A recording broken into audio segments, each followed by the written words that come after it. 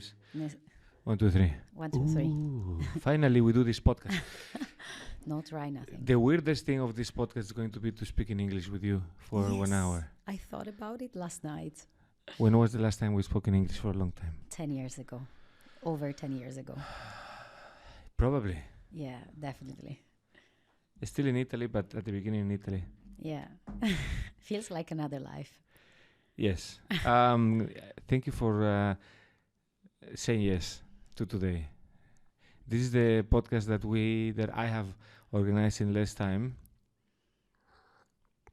Also because I have no script. Because I know the guest a little bit. Caterina Verna, welcome to the last meeting of the week. Thank you so much. Even though you haven't already been here. So my story with Caterina goes back a long time and is very complex and deep and interlaced in my personal life, but also in this podcast because she has been here as a producer. As a producer of some episodes. And you are my wife. Yeah. And you are the mother of my daughter. And how many other things are you? Many other things. I would say, we always say we're like life partners, so we share many aspects of life. Yes. Business, ideas, stupid ideas, crazy ideas, smart ideas. So I think after yourself, I am the person that definitely has heard more about this podcast. Even when it was not the last meeting of the week, like the other projects, but always like it was podcast. Yes, it makes a lot of sense that you're here today because this is the 20th episode. And I read on the internet, and on the internet there is a lot of stupid stuff. But I'm gonna use one non-checked fact that I read as if it was valid. Mm-hmm. I read that only 1% of podcasts make it to the 20th episode. Really? Yeah, because there are. Congratulations! Thank you very much. Thank you very much. I have to say because and I believe that there are two factors for that. Number one, the initial part of the podcast have an intrinsic feeling stupid about yourself. That for many people, even for myself, is difficult. The second one is that a lot of people do not realize the amount of hard work that a project like this involves. Even if it's a side job, even if you dedicate only a portion of your time, there is a lot of stuff. The checklist is very long. Yeah. And I did another project, and I learned all of that. So this one I came prepared. So we're here, 20th, and we're going to. I wanted to bring you in because you are a special guest, and because it's a nice moment to do a little bit of how to say. How do you say in Italian? To tirare le somme. Let's say. To do a little bit of a description of the situation. What we have learned. Where are we going? First of all, what do you think about how the podcast is doing? You know that I am not very frequent podcast listener. I do that every now and then. I cannot even say very often. So, but how many times have you listened to a full podcast? A few times. If I listen to a podcast, I go till the end. That's okay. That's for sure. Yes, but it's not. I don't have a podcast that I always want to hear about. And with podcast, it happens to me the same that happened with, for example, Netflix. The offer is just like so much that I find like so many things that are interesting, but none of them is like, okay, I really want to spend 2 hours listening to this or to that. Anyway, so I listen most of those to maybe curiosity, historical facts, and I don't know, like weird stuff. And your podcast, of course, our podcast. Yes. So how I think so far it's very interesting. I don't know if it's because I know most of the people that have been here as guests, so it's very interesting for me to know more about them, their life, life and everything, because, you know, when you meet someone, it's very rare that we really go deep into knowing where do they come from, how's their background and everything. So yeah, for me, it's been like very interesting. I think you are a great host. Like, I know how much time you dedicate to prepare yourself for the podcast. Not with myself, but we have like 12 years experience of life together, so that's fine. So yeah, and actually everyone that has been here, has been like very happy to have done it. So or they say, or they say, they say, or they pretend. But yeah, I think of course, yeah. I think that is actually the one of the unexpected discoveries that I did, because of course, the first 10 episodes, I tried to get as many friends as I could, because they were the ones that could say, yeah, sure, I'm down, even though whatever, you know, about the project. And even though for me they were going to be trainings and dry runs or warm-ups or however you want to put it, then I realized that I discovered many more things about people that I thought they were very close friends. And that's super cool. And then that power to just meet someone for the first time and do those discoveries, it's super nice. Yeah. There have been a lot of changes in the format. I have a lot of internal dilemmas, whether keeping on doing long episodes, short episodes. I still haven't figured that out. I would love to dedicate myself only to this for 6 months, 12 months, but that's not reality. That's not possible. So we are doing incremental steps. What do you think I should do? You think I should do longer, shorter? No, I think maybe the 1 hour format is okay. Maximum 1.5. Consider that's like a movie, right? Yeah. So as much as the conversation is interesting, I don't know how many people really can listen or want listen to 2 hours podcast, but I would not force it, you know? Yeah. I think it really depends on the guest and the conversation, because I've seen you having like 2 hours chat, 1 hour chat, 45-minute chat, all of them very interesting. It really depends on the topic and the guest. So if it comes out as a long podcast, fine, publish it, and then you just use the short and clips. If it comes out as a short one, maybe you have higher chances that more people will listen to it from beginning to the end. So yeah, to be frank, I think the full episode will with time will not be as significant as the clips. We do it for the clips. Everything is for the clips, and as much as I dislike it, I'm guilty as charged for not going to the end of episodes. Today I was in the gym. I listened to 30 minutes of a podcast. That's it. Period. yeah, And I just didn't have time to continue. So that's why I'm trying to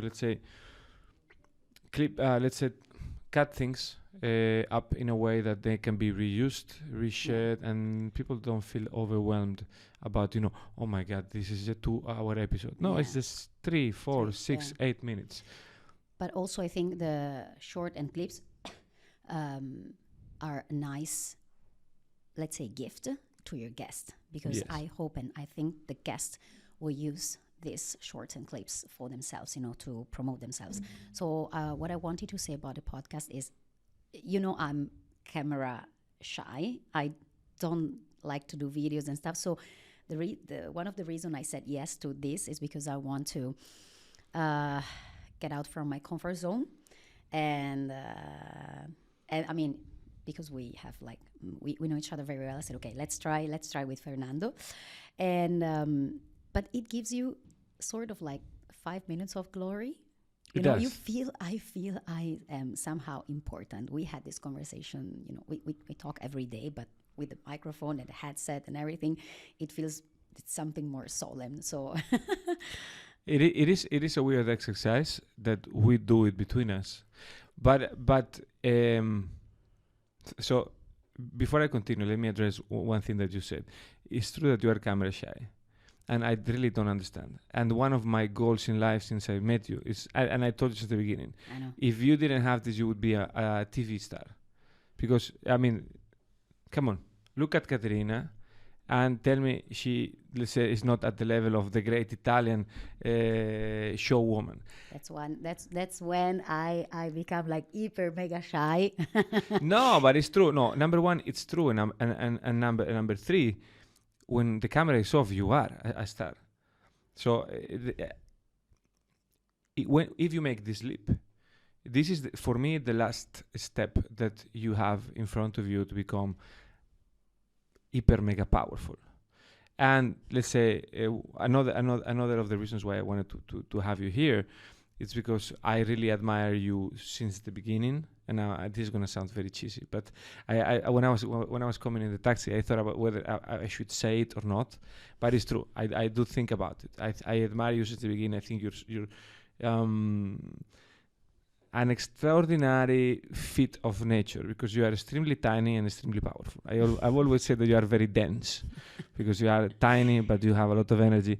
And you have gone through many things in life, personal, work, just life in general, let's say, challenges. And you always overcome with joy, and you always go you take steps up, but not the conventional steps up. You are also a little bit like me. We share a lot of personality traits and life paths, life journeys. The great thing about you is that when you have a goal, you know what goal you have, and you're not scared of doing zigzags if it means even if it means sacrifices to get to the goal. Let me try to list the number of jobs that you've done since we've been together, which is going to be 12 years now in a bit. Yeah. All right. So we have Ferrari, driving safety courses in Modena. Then you spent how long at Marella? 2 years. So Marella, for the ones that are not very, let's say, fashion driven, is one of the most important Italian fashion groups from Reggio Emilia. Marella, it's a brand from Max that Mara belongs Group. to Max Mara Fashion Group. Yeah. Yes. Then in Marella, I don't want you to say it, but I will say it. They made one of their biggest mistakes in the recent history by not pushing you and not promoting you. So you somehow realized you were not going to go to China for very weird reasons. Yeah. And you decided, okay, I'm gonna jump onto a boat that says is going to China. You went back to China, and that was IDB. ISB Industries. ISB, sorry. And ISB does, what do they produce? Industrial spare parts. So we go from fashion to industrial spare parts. I'm a very versatile, and it's just the beginning. It's just the beginning. And then from industrial spare parts, then you wanted to go China, but that boat was not really actually going to China. It was a little bit slow, so you jump into a different boat, which is Pregel, which is they produce ingredients for gelato and pastry. Yep. Not ice cream, gelato. Big difference. And then you have a very interesting, and I'm going to stop at that period in Pregel. And then COVID happens. And then you become a mom. And then you decide that you're going to make another jump. And now you are Director Asia Pacific or Asia. Director Asia for Mirage, Granito Ceramico SPA, which is one of the biggest brands in tiles manufacturing. Wow. Are you going to stop here, or what is next for you? That's a very big question. Now I'm very focused on what I'm doing because I joined the company less than 3 years ago, and there's a lot to do. I have to say, maybe and these years haven't been the best or the luckiest in terms of let's say markets or economy, but I want to make a difference. I will make the difference. So I still have to do a lot of things before thinking what's next. The next is Mirage will be a big brand in Asia. Yes, no, That's it. it. And for those of you who doubt it, just retire. Le jeux sont faits. No, let's say out of all of these jumps, before getting full into deep into tiles, because as you know, I'm very interested in that industry. Which is the most difficult step that you've taken in all of this, let's say, short history that I described? I think honestly the hardest was ISB Industries, probably because of the product itself. So the reason why I joined the company, I got offered this possibility of doing a job rotation, which when you're at the beginning of your careers, it's looks very interesting because you can learn a lot about different roles and then find your place in the company. But then long story short, it didn't happen. I still like a very good relationship with the owner, Ciao Romeo, and iscriviti, subscribe. But the product was really like, I love to sell. I love to promote. When I try to sell or something that I like, you see my eyes are sparkling and I really feel it. It's just like, stainless steel, industrial pieces, that's very difficult. So marketing, exhibition, sales pitch for these items was very difficult for me. I still remember the day I came home with all those catalogs and you were like, you're an engineer. I still remember that name, yeah. Okay, yeah. Yeah, but you never stopped me, so I appreciate it. No, of course. Look, one of the reasons why I married you is because I like strong personalities. And when you like strong personalities, you need to let them space to develop. How could I say no? It's just you go. Plus I'm sort on in the way of just seeing the destination and going for it regardless of the path. We are the same. The moment in which we decided to come back to Asia, we met in Hangzhou, China, in February 2012, and then Caterina came back to Italy in the 29th of June because it was my birthday. So she broke my heart as a gift for my 25th birthday. Yeah, or the 28th. Yeah, it was 25th. It was 25. Yeah. And then I came I followed you to Italy, and we stayed there for 3 years plus. But the idea was always to go back to Asia. Yeah. And there is, unless a company sends you there, there is no easy way to come back. You need to take a leap of faith. So I believe it was. So we did a trip in August to Bali 2015, and as we were spending days on the beach and just feeling the vibe, what happens in this part of the world, we looked at each other and we said, we need to find a way to come back. Yeah. And we tried, like, politely. We tried to convince people politely, and the reply was not enthusiastic. At least I'm talking on my side. So we made a board meeting of our couple in December in Oviedo in Asturias, and we made the pact that we were both going to look for a job, and whoever found the solution first, whoever is hired the first goes, and the other one follows. No matter the destination, the other follows. Yes, yeah, that's how we roll, motherfuckers. Yeah. I would do that again. Yeah, 100%. So we did that. And actually, to be frank, you found it first. Yeah, but remember that the first option I got was Myanmar. In Myanmar. Yeah, but I went to him.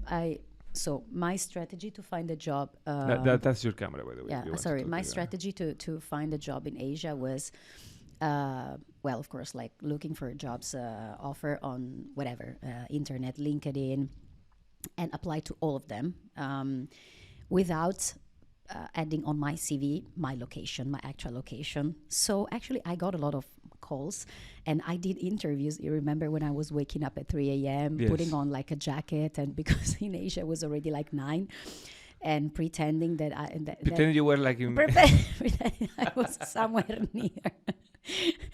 And then anyway, I remember I wrote this super emotional, how do you say, a motivation letter to apply for this job, Grasshopper Adventure. So practically this company that still exists, they do bike tours in Asia. Yeah. But they were looking for someone in Mandalay.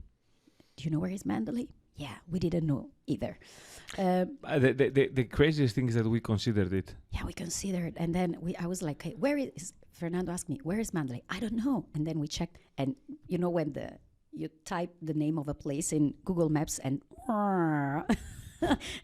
zoom down, you're like, wow, okay, Myanmar, in the middle. It's not even the capital city. And he was like, what am I going to do there? I don't know. You can find a job. Thank God. Thank you, Adam, for not hiring me, actually, because, okay, we ended up in a better situation. We ended up in a better situation, yes. So anyway, apply. Apply, Interview. and you got it, and you got it first, and then the company I was working for, Atlas Concord, agreed to send me to Asia, and then we went to Bangkok, and we lived in Bangkok, and that's how we do things in life. So I don't know if people that can listen to the podcast will really be scared when you say I will make these things in Asia for Mirage, but I know you will. I know you will. Despite the fact that you are not the typical profile of someone that makes an executive career, especially in an Italian company, to be frank, because of the fact that you have XX chromosome. And you know me, I'm not the type of guy that is a feminist, especially a modern feminist. But I do realize that there are certain percentages and there are certain trends. And you have been breaking all of those trends. And I would say that even despite being a mom, actually, not despite being a mom, actually, since you became a mom, you stepped up when it comes to career and responsibility, maturity, and so on. How have you lived this switch in as a woman from a girl to a grown-up mother in parallel to your work life? I'm still a growing mother. It's you cannot. But before being a mom, I knew myself. I knew like what Caterina wanted, and I am very ambitious. I always like my job, and I like to success. But then, when I was pregnant, I asked myself, will I be able to do this again? Will I feel this drive to work and succeed, and will I be able to dedicate myself to work as I did before? Because that's a massive difference. It's just one tiny human being, but it's a massive difference in terms of focus, time, dedication. And I had to wait. I waited, and then when Olivia was a little girl, a little baby, after a while, I realized I still needed that feeling that you have from satisfaction, the satisfaction that you get when you do something you like. Mm-hmm. It doesn't come without any sacrifice, or it's a big challenge to be a good mom, be a present mom, and still work.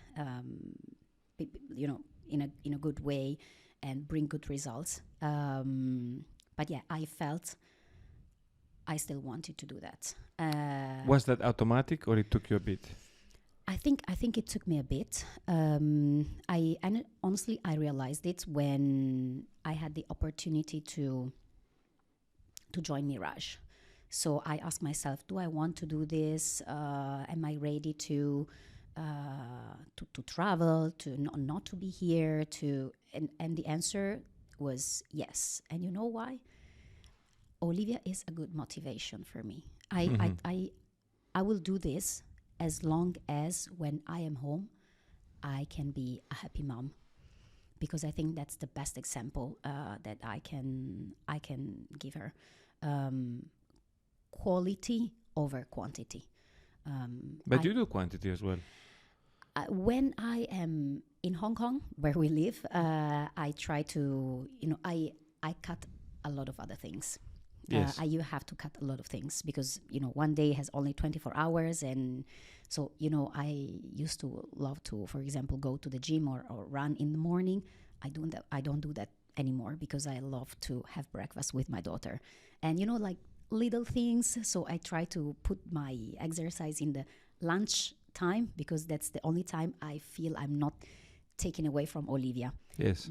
So after work and before work, it's very difficult. I do that like very, very seldom. But yeah. Yeah, before in Hong Kong, it was very usual that we would do something after work. Oh, yeah. Meet with someone, art exhibition, a few drinks, or just have a chat. And at least it took me a while to, let's say, I don't know, transition into the habits that we have today. And now it would be super hard to go back to the old routines.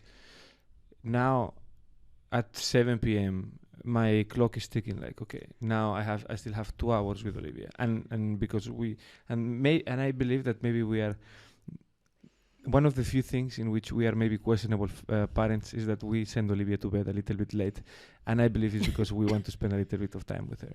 Yeah. Because some people send their kids to bed at 7 p.m. and I'm like, then how much time do you have? Yeah. 9 is okay, and it takes her another hour to actually really sleep. No, but it's good. We have our routine, and I think the most important thing is that every family should find its own balance and rhythm, the way they do things, and that's it. We have our. So I think we're doing okay, to be frank. I think we're doing okay. And now Olivia, she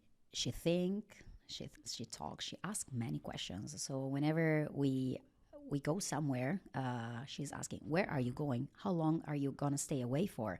And everything. So we have to explain. But that's good. So when it comes to work or business trip, I think I improved my efficiency. 100%. That's something very interesting. Right? Yes, you don't lose time. No, you don't lose time. I know some people that have become famous, and maybe they listen to this podcast because, and I don't give a crap just by what I'm gonna say. They have this fame of this halo of being amazing, like Michael Jordan of the business travelers, because they do 2 months on the road, and that's stupid to the highest degree.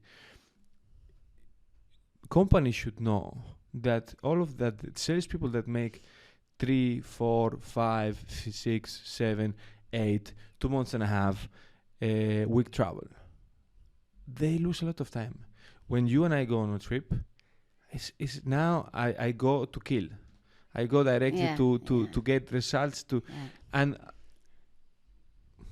that doesn't erase the fact that I do know that there is the need for some wandering around. Yeah. There is the need to be able to just visit shops, bump into people. Yes. But I schedule that in as well. Exactly. And also, I think we have done that quite a lot. Yes. in the past years. So yeah, we still do that. So I think I can speak for both. We still do that, but efficiency and time management. That's what You become much better. Yeah. yeah, you have to, because otherwise life eats you and you feel, very stressed. So if you want to have time for yourself, Mm-hmm. family, daughter, work, and sport, because at the end of You the need day, to, yeah, you yes. need to, you need to be good at time management. Yes, Yes. Especially because now you work in an industry that has is no patience. yes. It's I love that now you are working in ceramics, because I believe that since you joined already 2 years and a half ago, Mirage, Yeah. correct? Yeah, When you joined in September 2020, let me do the math correctly, 2021, one. then you started to understand me much better. Am I wrong? Yeah, Fernando, say, I mean, you worked 6 years in Yes. in In- a ceramic while I was doing my gelato, which was the best time of my life. Totally different business in terms of everything. And I think you were very young, so Yeah. probably you didn't cope with maybe stress and responsibility as well as you could have done now, of course, because we are more mature and grounded and we have the Yeah. family. It's different, but yeah, for many years I thought like he's just crazy, whatever. Why is he doing? What is he doing? And I really hated that he had like all these ties and heavy catalogs all around the house. And at that time we had the spare room, which was not the baby room, just the spare room, full of his stuff, and now I'm the one doing that. But we don't have samples at home. It's also because it's dangerous. But anyway, No, we don't have samples at home because because you have the office, and we are much happier. Yeah. And at the time we lived in Bangkok, which is a place that is more generous with the space than Hong Kong. Hong Kong is a Yeah. little bit tragic, even though now we live in a luxurious 80 square meter apartment. I think he's 80. They say it's 80, so I want to believe it's 80 because for the money we pay, it better be 80. Bah. So now you understand me a little bit more. Yeah. How are you living this ceramic experience? Um, How is it more challenging than other jobs that you had in the past? Honestly, well, because okay, the job with, let's say, Marella, Max Mara was, Max Mara is a great company, and everything is already settled. So you just have to follow the guidelines and follow the instructions and do your job. But it's a big machine, and everyone does his or her own job, little things, and everything works. You remember, Max Mara? They gave me a MacBook. They gave me the it is MacBook. true. It was like 2012. Yeah, it's true. And so the MacBook I have now is almost as old as the other one. He's gonna hate me so much. No, it's okay. The two personal battles of Fernando with his wife is making me more technology. I would say technology able. Technology able and evolved or up to date. A little bit more up to date. Up to date, yeah. Because I gifted you that computer in 2014. Because I'm very good at handling things, so it still works perfectly. Yeah, you just don't have Not any perfect. memory. Eh? You just don't have any memory because Yeah, but now everything things is have on evolved. cloud. I don't need a lot of memory. Anyway, okay, let's change the topic. What we were talking about? Challenges Challenging, of ceramics. There, you never find a quadra. Let's say the there is always something more that you can do. There's always something better, and the level of competition is extremely high. So I came from an industry where the number of companies really like manufacturing gelato ingredients were like a handful, and out of them I was honestly working for the top 1, 2, 3, so and you don't steal each other's client or distributor. You have your distributor and you force him or her to buy the new flavors or new products. That's it. Now it's not possible. You feel much less secure. Yes, like things can change. I don't want to say like from one day to the other, but there can be like a massive change. You think you got a 50,000 square meters project in your pocket, but then for some, I don't know, maybe you have a delay in production or someone that gives a better offer, and it's gone. Poof. The thing is, I think there are a couple of companies that have proved that there is a way to feel more safe. Yes.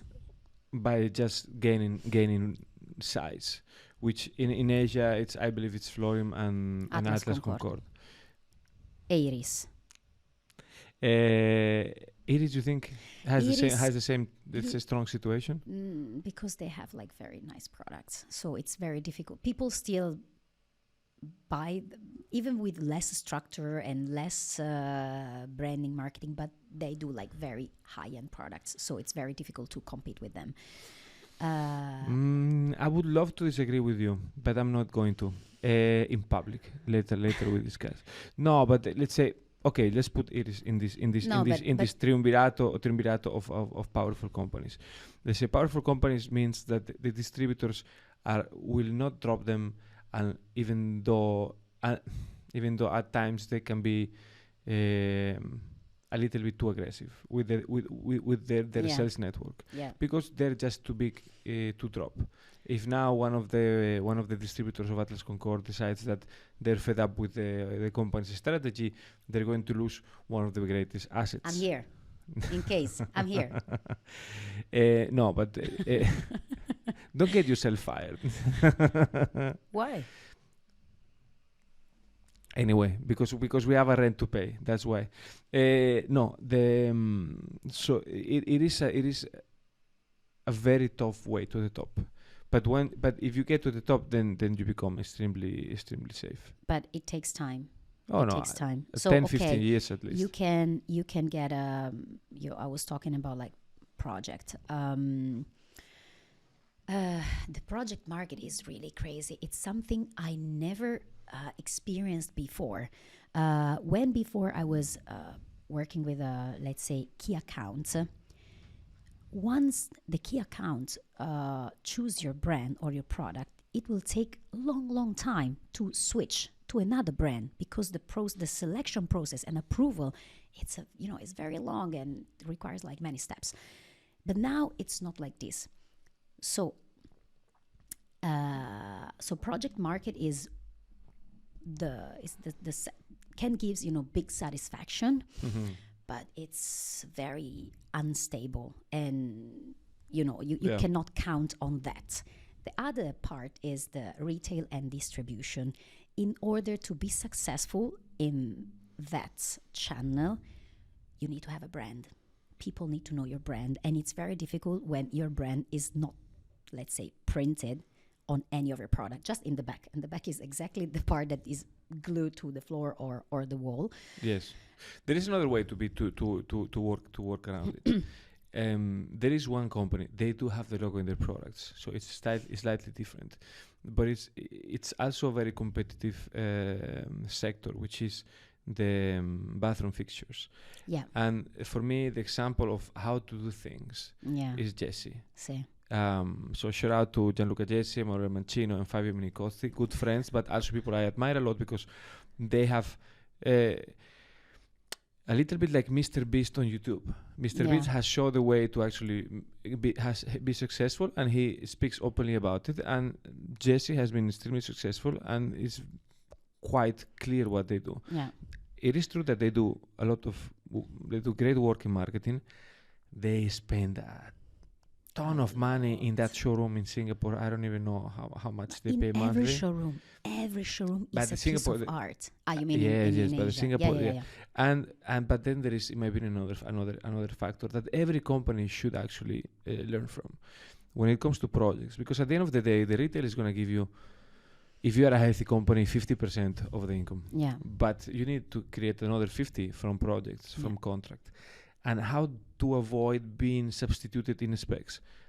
Having a very capillarized sales force. You need to have, and they've done it gradually. Yeah. When I met them for the first time, I don't know, I think it was 20. I started meeting them personally, I think 2016, because we had the same distributor in. I was working in Atlas Concord. For everyone that is wondering why I care so much about this sector, and we share the same distributor in a few places. The most important one, Viet Ceramics. Hello, Mr. Fock. How you doing? Hello, Mr. Falk. And so we met in a few events, and I learned from them. They were trying to, let's say, learn a couple of markets per area manager per year. Learn them very well. Who mapped them out? Who was who? Developers, builders, everyone that was involved, including architects, interior designers. And when they had that relationship, they put a local area manager. Yeah. And one or two or three, and then they move somewhere else. And nowadays, yes, if there is a project and they are specified, I am sure that they visit that account once per week or once every 2-3 weeks. And that's the only way. And Atlas Concord has done the same. Atlas Concord, the only way that they can keep this level of turnover is because they have a lot of people, and they have great products. So yeah, We are working in that direction. I think no, but then it seems like it's impossible. But then you have one factor that is very good on your side, which is actually two. One, you're fresh off the boat, so you come with a different energy, sort of like startup speed. And second, I forgot what I was going to say. He's not even able to listen to great things about me. No, what? No, I was going to say fresh, and yes, no, an aggressivity and an aggressiveness. And then you have the Caterina factor. I think, along my career, I'm learning how to manage that, because that factor used to make me very impatient and maybe more impulsive, but now I still have it. It's, what I told you at the beginning. I want to success. I want to make the difference, but we need to do that with the right timing. It cannot. Rome wasn't built in a day, and that's very true. If you want to build Rome, if you want to build something that is gonna last and it's done done well, it takes time. So I'm trying to be more how do you say? Looking with a longer let's Yeah. say, long-term perspective, which sometimes is not very easy to transmit to maybe to sell. It's a very selling the long term is extremely difficult. But in Asia is the only way. And in fact, talking about the great companies that we mentioned before, they have one thing in common, all of them. They started long time. The Iris, they have the same guy, what's his name, Angelo Gobbi, here since forever. Yeah. Asia for Atlas Concord was developed by Luigi Corbelli, Pietro Sterle, and then I just put, let's say, maybe a 0.1% of contribution on the last period. But yeah, the development, and then of course Connie Lee and Veronica Lam and Mauro Soli and all of these, let's say, mythical names, but they were developed throughout at least 10 years, 12 years. Florim, they have Adriana Masi, who's been the director for Asia Pacific for how long? I don't know, but I think for a very long time. You need to establish all of these things, and for that, but there is one common thing. There is a continuous presence in the market. Yeah. And there is a continuous presence in the market of a very valuable team in all of these companies. And I think you just built a very interesting team. Hands down, the best I know, because I know them individually. I think you have a very, very weird mix of Chinese Italian plus young and hungry Italian plus hungry Singaporean, which is very important in every team. Yes. Ciao team. So I think you're doing great. How are things going this year? Because this year is a different story. Unfortunately, is tougher than expected. Last year was very tough, but it was tough for us. I think for sure we paid the price of not of being like a young team or new people on the market, and when the market is trembling, they look for people, companies, and brand that they already know very well, and they can trust. So if I'm having a hard time and I need a favor, I don't call the last person I have met, or maybe if it's a young lady, very nice, but we don't have confidence to ask for a favor. I'm gonna call the Angelo Gobbi or whoever I've been knowing for the past 15 or 10 years, because the relationship is different. So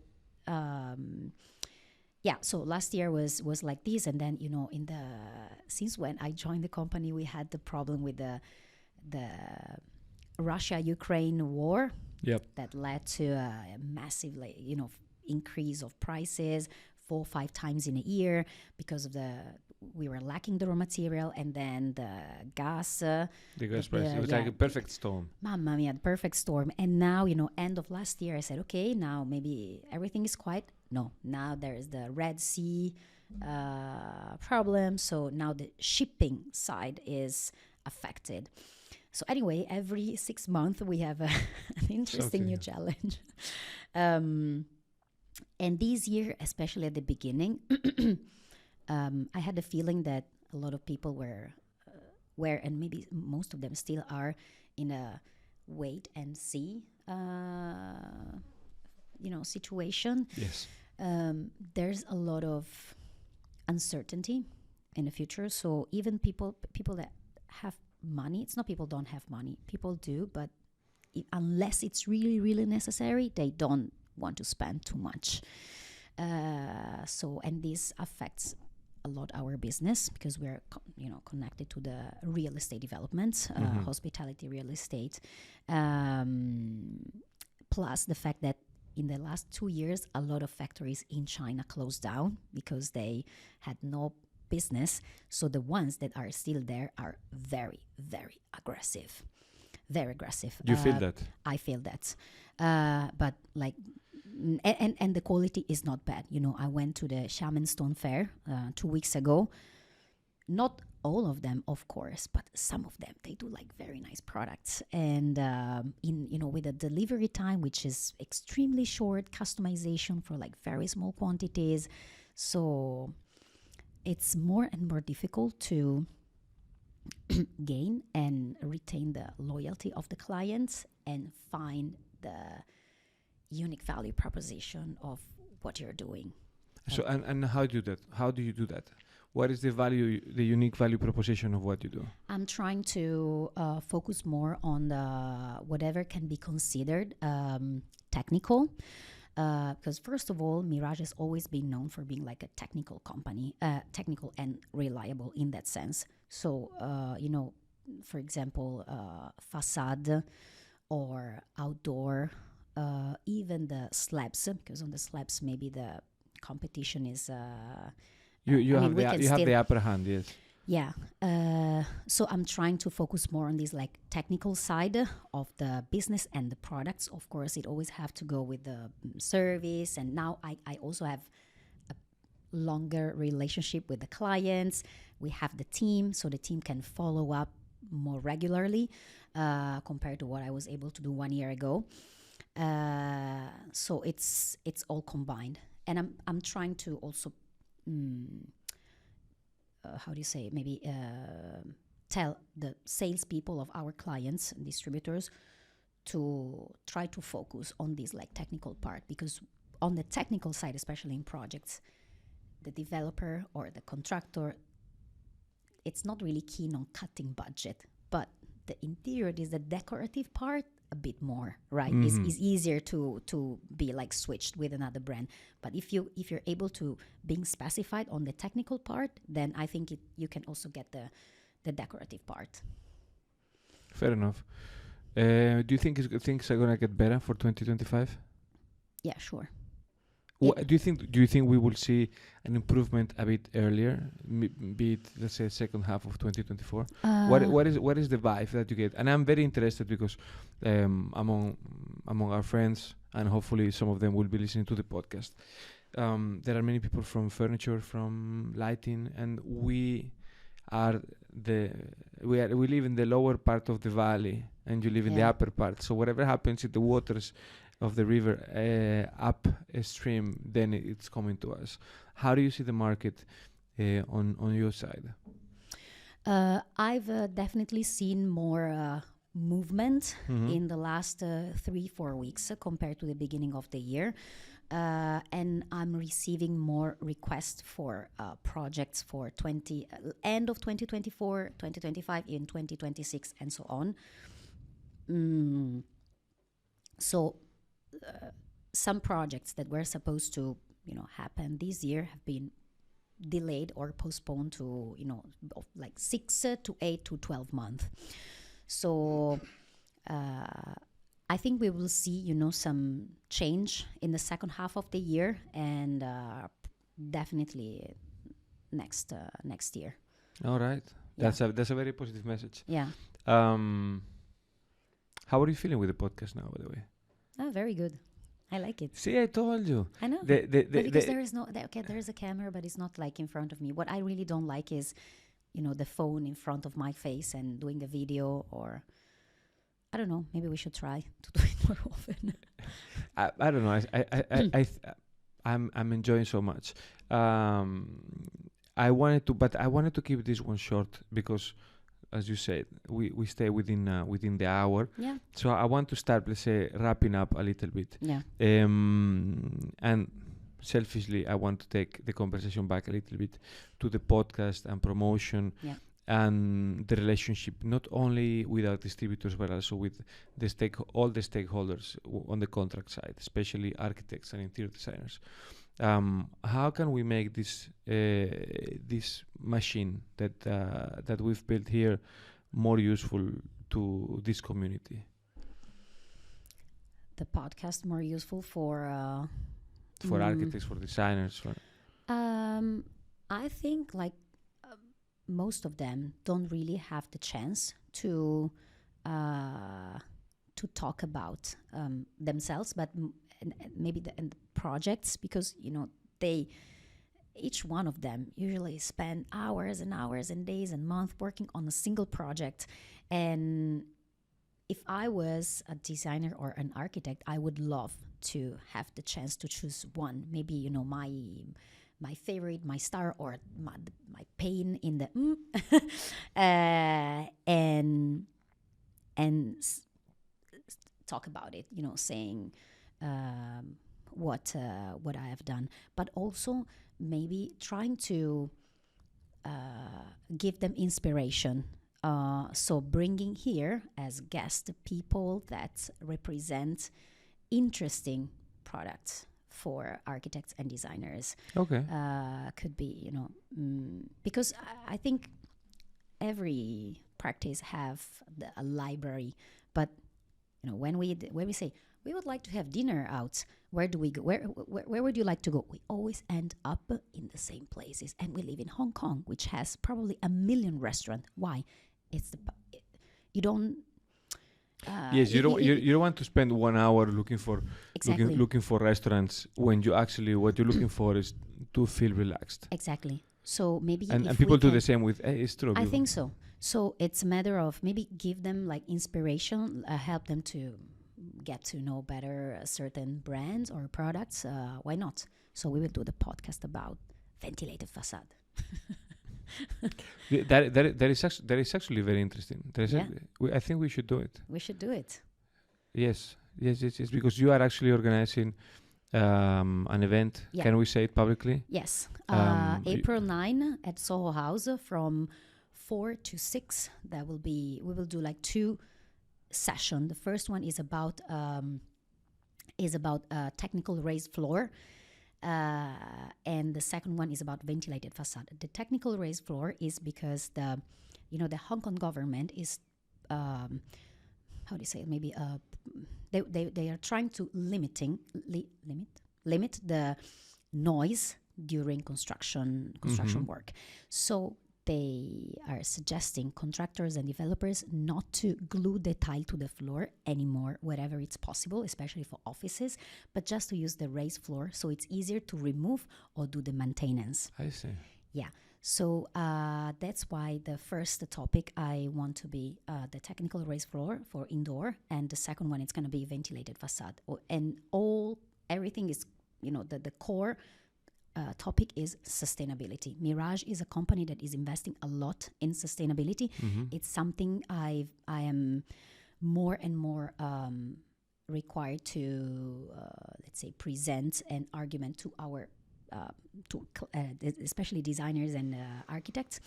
So that's the core. And then after these 2 hours session, we have 1 hour networking with drinks and food and drinks at Soho House, which is a very nice place Which is a very nice place. It's a very nice place to spend time on. Yes. And actually the presentation will be in the cinema, which is one of my favorite places in the house. And I have seen the only 2 movies. I think I took you there once. No, never. We've never been together. No. Wow. Let's say no. Okay, then I'm gonna book whatever movie there is for next week, and we go one night. Okay. Agree? Yes. Whatever movie, even movie. it's from Iceland. It's like a drama, psychological drama from Iceland, or let's say I don't know. Psychological, okay. I just made up something, nice. but Yeah. Okay. or an action movie from Namibia. We're just gonna go and check them out. I Normally like they're a weird little bit movies, niche. Yeah. Okay. No, we like weird movies, even though now we are watching the best TV series that I've seen, I think, in my life. Period. Yeah. I'm so excited. That is the level of excitement. Yes. Should we say? Yeah, Three Body Problem. If you haven't seen it, just check it out. I don't know how many people are going to actually get to this part of the podcast because, like, the stats. After minutes 8, probably. No, the engagement of the people is like an L shape. Marta, for sure, your mom is going to listen. No, she's not even. No, she's not. Okay, no, niente. No. Shame on my mom that doesn't listen to my podcasts. But I have been sending her like little accusations in the middle of the episodes to check if she actually acknowledges them, and no, she doesn't. She doesn't. So she's not listening to them. Okay. But we have. I mean, we've been growing.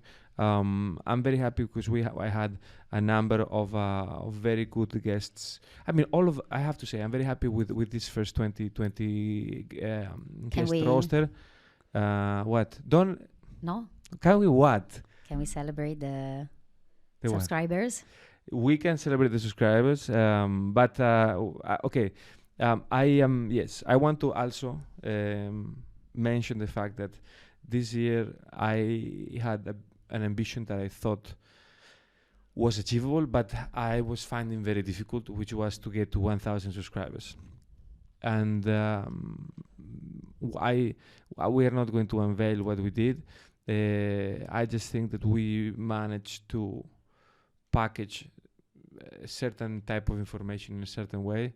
We had a guest that was speaking about a topic that was, let's say, we discovered very popular in YouTube, which is sustainability within the fashion industry. I believe that we've gotten better with the branding. I believe we've gotten better with the delivery, and we're getting more and more consistent. So on the 31st of March, which is end of Q1 of the first year, we reached the target of growth of the first whole year. And now I believe that the second target, which was 10,000 for end of 2025, I believe we're going to reach it before June, because now the cards have changed. And this will be something that will grow and grow and grow over time. So just I'm happy. I want to thank you, because without you and pushing me, supporting me, listening to me, allowing me to stay in the office on holidays, editing episodes that I thought were very important, like Good Friday, in which I spent here the best part of the day editing Emma's episode. Without that support, this would not be possible. So you are, let's say, the honorific co-founder of the last meeting of the week. Yes, thank you. And I hope that in this role that you have, you come back whenever you want. But it was important for me to have you, 20th. 20. Okay. We will publish it just a little bit before your birthday. Okay. And then Nathan. So as I always say, this is not my episode because I am here all the time. This is your episode, so I leave you the mic and the floor to close it up and to say whatever you want, or send a message, say hi to your mom. My mom, she will never listen. She doesn't understand English. No. Okay. Well, thank you for pushing me to. Well, not even it was not even too difficult, but for inviting me as a guest. You know, I always think I'm not maybe interesting enough or special enough for this type of for the media. Let's say for the media. So today you made me feel somehow special, and so that's why thank you so much. And then. Don't unsubscribe after this episode, okay? Do not unsubscribe, please. Wait the 21 maybe if you really don't like it. And let's catch up in a few months so we can talk more about the design industry and see how is it going. Let's see if I was right. anytime. Actually, let me say something. If we don't do it before. I would love to officially invite you to come here after Cersaie and bring in all of the novelties. I'm going to put in place that idea that you sent to me. Yeah. So you're going to help me to find out which friends from other industries can come and present their products so that it can be relevant for the community. For the community, and you will be for sure one of them in October 2024. Okay. Maybe we can do a trial with we already have news from Coverings. Come on. Don't be so greedy, Don't be so greedy. We need to let some other people in that seat. No, anytime, Caterina, anytime. Okay. We come here, we click record, and we join our friends for a slightly over an hour. Thanks for joining. I'm overwhelmed to all of you. I don't know how many now. Let me check. Let me check how many are we. Do you think it's 2,000? I haven't checked. No, not yet. One. Thanks to the 1,898 subscribers that have joined us, and to the many more that will. All the best. Have a happy weekend. Much love. Thanks, Caterina. I love you very much. And.